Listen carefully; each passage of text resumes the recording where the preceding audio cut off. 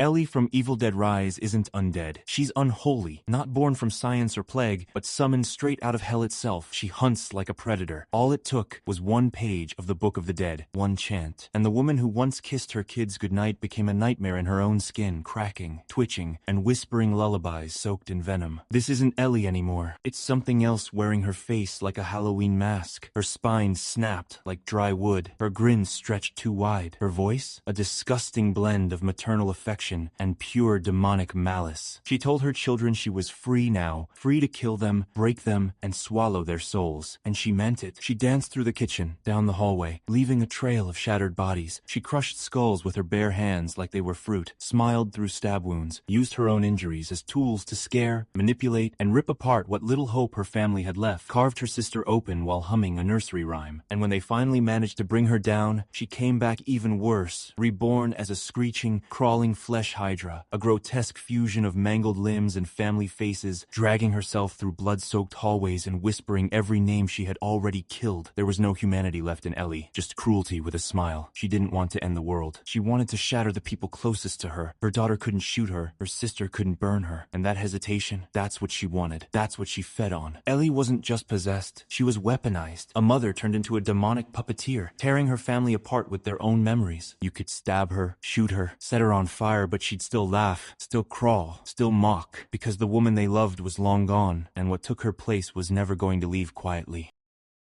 Chucky, the pint-sized psychopathic doll first introduced in 1988, appears in over half a dozen films, a spin-off television series, and the nightmares of anyone who's ever owned a toy with blinking eyes. He started life as Charles Lee Ray, a notorious serial killer hunted by police who used a voodoo ritual to transfer his soul into a mass-produced good guy doll. From there, the legend was born, and so was the slaughter. Because Chucky isn't just a doll, he's a demon in denim, driven not by hunger or revenge, but by a pure, gleeful obsession with chaos. He doesn't want to rule the world. He just wants to kill over and over again and maybe toss in a one-liner while he's at it. His kills look purely out of grudge, gruesome, creative, and personal. He'll use anything, knives, drills, hammers, broken glass, lawnmowers, and turn it into an art project painted in red. He's the guy who will set up an elaborate kill just to make it funny. Chucky doesn't just kill people, he plays with people. He gaslights children, frames adults. He once swapped bodies with a child just to get closer to his next victim. He marries Tiffany, another possessed doll, and turns their honeymoon into a murder spree. He's been shot, burned, beheaded, blown up, and still keeps coming back. Because to Chucky, dying is just a coffee break. He turns birthday parties into bloodbaths, turns children into accomplices, and hides behind a face that's supposed to bring comfort. Chucky isn't scary because he's strong. He's scary because he's too smart. He knows when to hide, when to talk, when to manipulate, and when to twist the knife. Chucky is evil with a child's laugh, a demon with a punchline, and a killer who proves again and again that you should never trust a smiling toy.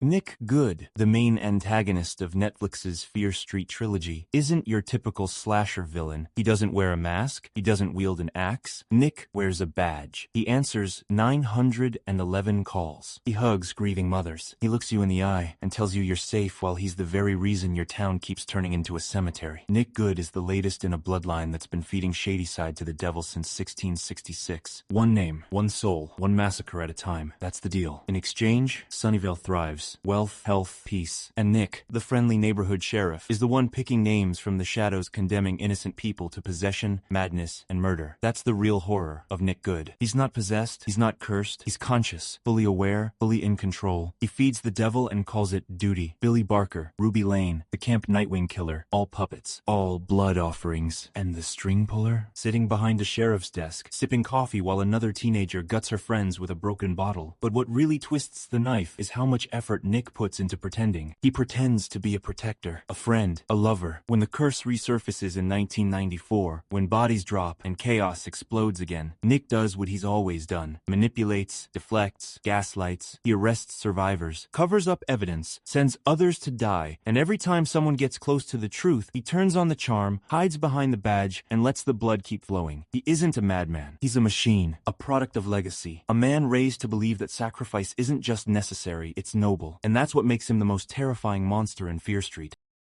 The nun, aka Valak, isn't just another ghost in the Conjuring universe. First appearing in The Conjuring 2, and later taking center stage in The Nun, 2018. Valak isn't a demon trapped in a church. She's a demon disguised as one. Her form, a corrupted nun-black veil, gray skin, yellow eyes burning like hellfire. She doesn't chase you. She stands there, watching, silent, cold. And that's all it takes. Because Valak doesn't need claws or fangs. She weaponizes belief. She turns holy ground into hunting grounds. She takes everything sacred, God, prayer, faith, and twists it into fear. She steps into the skin of the divine and mocks it with every breath. Valak doesn't knock on doors. She seeps through walls, possesses paintings, appears in the corner of your eye, smiling while you pray harder and harder to a god she's already silenced. It's in a voice that sounds like 1,000 insects crawling inside your skull. Slow, venomous, and deliberate. Valak is the mastermind behind the darkest events in the Conjuring universe. She orchestrated the chaos at the Abbey in Romania, sent Frenchie into possession, and used his body like a Trojan horse to bring her evil to the Warrens' doorstep. She haunts you until you lose your mind. She's the voice in the confessional, the shadow behind the altar, the cold hand touching your shoulder when no one else is in the room. And when she finally appears in full face-to-face, you don't fight her. You just pray, and even that won't save you. Because Valak isn't here for revenge. She isn't bound by rules or rituals. She exists to mock the divine, to infect the holy with unholy. She doesn't burn churches. She lives inside them. The nun doesn't need a weapon. Shison. Annabelle the cursed doll from the Conjuring universe isn't just a toy. She's a vessel, a magnet for malevolence, a Trojan horse for demons. First introduced in The Conjuring, 2013, she was so terrifying in the background, she earned her own trilogy. But Annabelle isn't alive. She doesn't move. She doesn't blink. She just sits there, perfectly still while the world around her burns. Her porcelain skin is cracked, but her smile never fades. She doesn't kill you with her tiny hands. She lets everything else do that for her spirits, shadows, demons, your own damn fear. Her origin is soaked in blood. A cultist slit her own throat in front of the doll, transferring a piece of her demonic pact into the porcelain shell. From that moment, Annabelle didn't become sentient. She became haunted, and wherever she went, death followed. She corrupts the weak, breaks the faithful, turns cribs into coffins and crosses into mockeries. She's not bound to one house or one family. She spreads from one poor soul to the next, a chain of trauma dressed in a child's plaything. Even the Warrens, professional demonologists, didn't dare destroy her. They locked her inside a sacred glass case, blessed by priests, behind warning signs and prayers. And still, she waits. Even the Vatican won't touch her. And the worst part, she wants to be loved. She thrives on affection, curiosity. She wants you to pick her up, to feel sorry for her, to hold her close like a broken child, then rip you apart from the inside. Annabelle doesn't knock. She arrives. And once she's there, you won't see her blink. You won't hear her scream, but you'll never sleep again. Because Annabelle doesn't come to play. She comes to invite the devil in. Pizuzu, the demonic entity at the core of The Exorcist, isn't a ghost, isn't a cursed soul, and sure as hell isn't just some horned monster. He's a demon of the old world, dug up from the sands of ancient Mesopotamia and dropped right into a 12-year-old girl's bedroom in Georgetown. Not to kill her, but to make everyone around her wish she were dead. He doesn't burst through walls. He whispers, corrupts, unfolds slowly like a rotting prayer. When Pizuzu possessed Regan McNeil, he doesn't just twist her limbs and roll her eyes back. He dismantles everyone around her. A mother, torn between love and disbelief. Priests, broken by doubt. Doctors, useless in the face of something they can't name. Every second Regan is possessed isn't about her, it's about everyone else suffering in her place. And that's the point. Pizuzu doesn't just want to hurt you. He wants to shatter your understanding of reality. And let's be clear, he's not bound by the room, or the house, or even the girl. You don't just exorcise Pizuzu. You survive him. The priests didn't win. They sacrificed themselves just to delay him. And when you think he's gone, he comes back. He gets inside you when you pray too hard, when you question too long, when you let your guard drop. And once he's in, it's too late. He doesn't take control instantly. He lets you watch, feel it happen, from the inside. That's the horror, the slow loss of autonomy, the body's betrayal, the soul's silence. And through it all, that voice, raspy, mocking, inhuman, quoting scripture 1 second, vomiting bile the next. He's not trying to end the world. He's trying to make you abandon it. He's not here to kill God. He's here to make you wonder if God ever existed.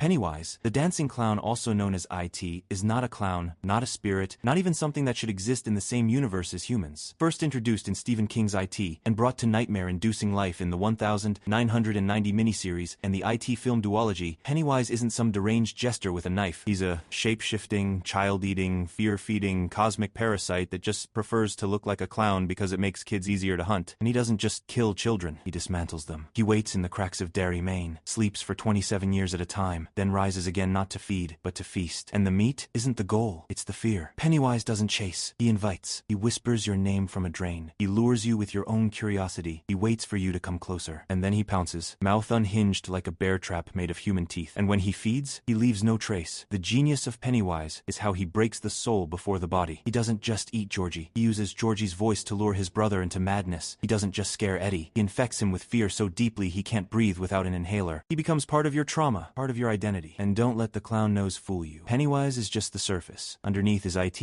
a being from beyond human understanding. Ancient, immortal, born in the void between realities. A creature so old and evil it considers humanity amusing. Every fear, every scream, every breakdown, it's a performance. And he's the star. Pennywise doesn't just live in Derry, he lives in fear. And when you laugh in his face, that's when he dies screaming, because fear is Waith Surviveson.